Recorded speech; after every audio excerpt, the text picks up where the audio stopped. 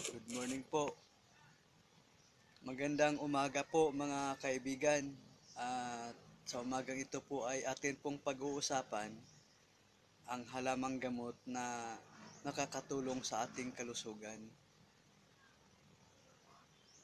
At ito nga po mga kaibigan, kung kilala niyo po ang halamang gamot na ito po ay pansit-pansitan. Ito po ay pwedeng gawing gulay at salad. Ilagay mo lang sa ibabaw na sinaing ng kanin, tapos lagyan mo ng sibuyas at kamatis. Malalaman nyo po ang bisa ng gamot na ito. Ito po ay nakakatulong sa high blood at UTI. Ayan po.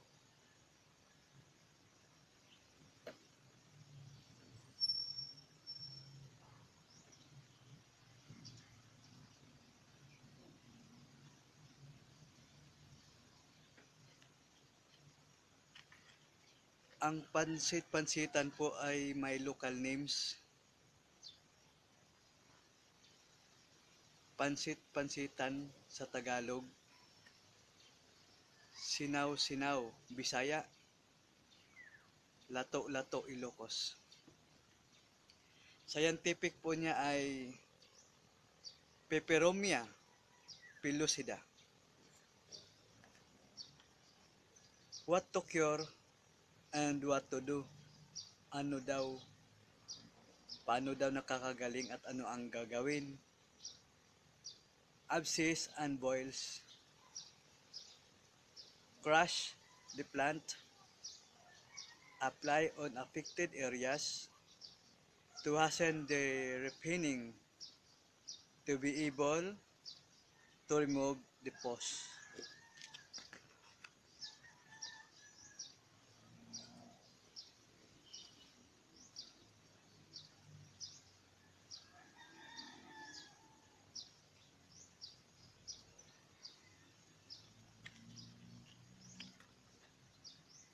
Rheumatism, arthritis, and neuralgia. Extract the juice from the leaves, mix with sugar, and drink. So, hindi lang po pala pang diabetic. Hindi lang po pala pang diabetic at hypertension. Nakakatulong din at mabisa sa rheumatism at arthritis and neuralgia. Alam niyo po ang rheumatism at arthritis ay magkaisa. Isa lang po yun. Magkaiba lang po ang katawagan. What to do? Rheumatism, arthritis, and neuralgia. Extract the juice from the leaves, mix with sugar and drink. So, iinumin nyo lang po ang katas na ito. Ang katas, kakatasin ang dahon at lagyan ng kunting asukal. Ngayon naman po ay for headache.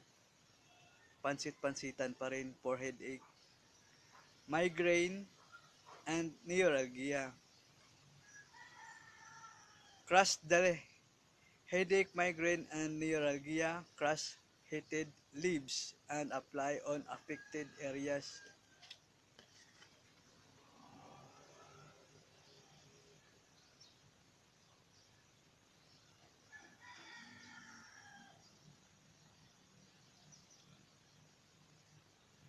Ayan po. Crush heated leaves. So, iinitin nyo po muna ng konti.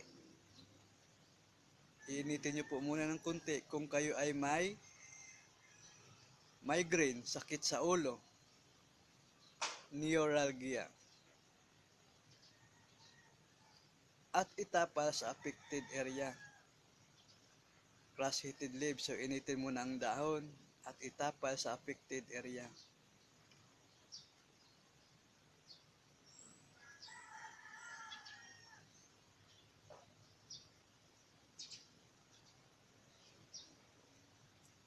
Nakakatulong din po sa kidney troubles ang pansit-pansitan, uric acid, and as diuretic.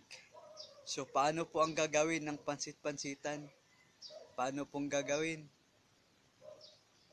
Kidney troubles, uric acid, and as diuretic. Boil the whole plants and drink the juice. So, ilaga daw po ito at inumin ang pinaglagaan kapag kayo ay may kidney troubles, uric acid, and as diuretic. Eat the leaves and steam as salad. So, kakainin nyo po ito na parang salad.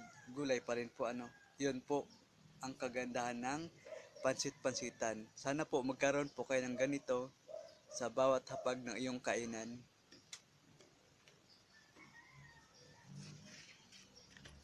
Ito naman po ay okra.